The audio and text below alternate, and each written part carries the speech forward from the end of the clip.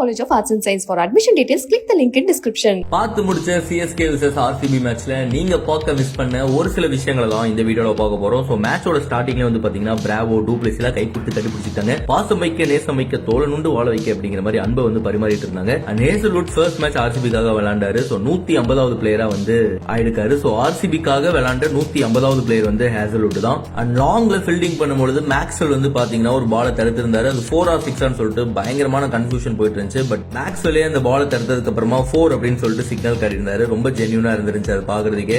And Dube மேட்சுக்கு நடுவில் வந்து பேட்டை மாத்திருந்தாரு. அப்ப வந்து அவர் மாத்தினது பேட்டை மட்டும் இல்ல மேட்சையும் தான் அப்படிங்கிறது புரிஞ்சு. ஏன்னா பேட்டை மாத்தினதுக்கு அப்புறமா தான் 6-4 போட்டு பயங்கரமா ஆடிட்டு இருந்தாரு. சிராஜ் வந்து உத்தப்பா வந்து ஒரு அவுட் பண்ணியிருந்தாரு. அவுட் பண்ணதுக்கு அப்புறமா பயங்கரமா செலிப்ரேட் பண்ணிட்டு இருந்தாரு. உத்தப்பாவும் பாத்தீங்கன்னா பாதி தூரம் வெளில போயிட்டாரு. அதுக்கப்புறமா தான் அது நோ பால் அப்படின்னு தெரிஞ்சு. அண்ட் சிராஜோட ரியாக்ஷன் பாக்குறதுக்கே ரொம்ப கவலையா இருந்துச்சு.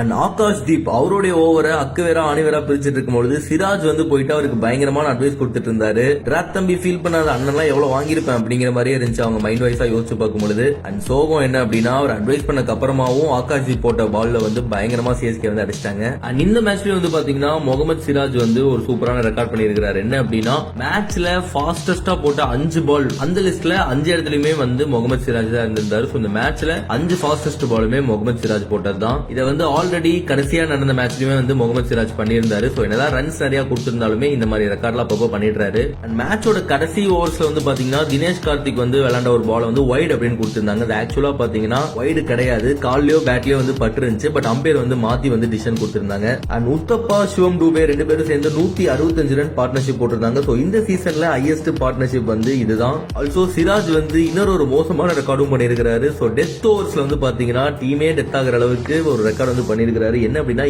7 ஓவர் போட்டு 107 ரன் கொடுத்திருக்காரு கிட்டத்தட்ட. பட் விக்கெட்ஸ் வந்து எதுவுமே எடுக்கல. அண்ட் ஆர்சிபி பிளேயர்ஸ் எல்லாருமே வந்து பாத்தீங்கன்னா கையில வந்து ஒரு பிளாக் கலர்ல ஆம் பேண்ட் மாதிரி போட்டிருந்தாங்க. எதுக்காக அப்படின்னு பார்க்கும்போது ஹர்ஷல் பட்டேல் அவருடைய சிஸ்டர் வந்து ரீசெண்டா இறந்திருந்தாங்க. சோ அதனால வந்து அவர் பாத்தீங்கன்னா அவங்க ஃபேமிலி கூட இருக்கிறதுக்காக மேட்சஸோ ஆடாம கிளம்பிட்டாரு. சோ அந்த ஒரு இன்சிடென்ட்காக வந்து பாத்தீங்கன்னா எல்லா பிளேயர்ஸுமே வந்து கையில வந்து பிளாக் கலர் ஆம் பேண்ட் வந்து போட்டிருந்தாங்க. அண்ட் உத்தப்பா இன்னைக்கு 88 ரன் அடிச்சிருந்தாரு. அதுதான் வந்து பாத்தீங்கன்னா ஐபிஎல் வரலாற்றிலே அவரோட ஹையஸ்ட் ஸ்கோர். ஆல்சோ சிவம் டூபே 95 ரன் அடிச்சு நாட் அவுட்டா இருந்தாரு. அவருக்குமே பாத்தீங்கன்னா ஐபிஎல் ஹிஸ்டரியிலே வந்து அவருடைய ஹையஸ்ட் ஸ்கோர் இதுதான். இதை தாண்டி நீங்க ஏதாவது ஒரு விஷயம் சுவாரஸ்யமா பாத்துருந்தீங்க நடந்து முடிஞ்ச மேட்ச்ல அப்படின்னா அதை மறக்காம கீழே கமெண்ட் பண்ணுங்க. மற்றும் இன்னொரு வீடியோல உங்களை வந்து மீட் பண்றாங்க. வரைக்கும் டாடா சொல்லிட்டு பாய் பாய் சொல்லிட்டு கிளம்புறது யோகி.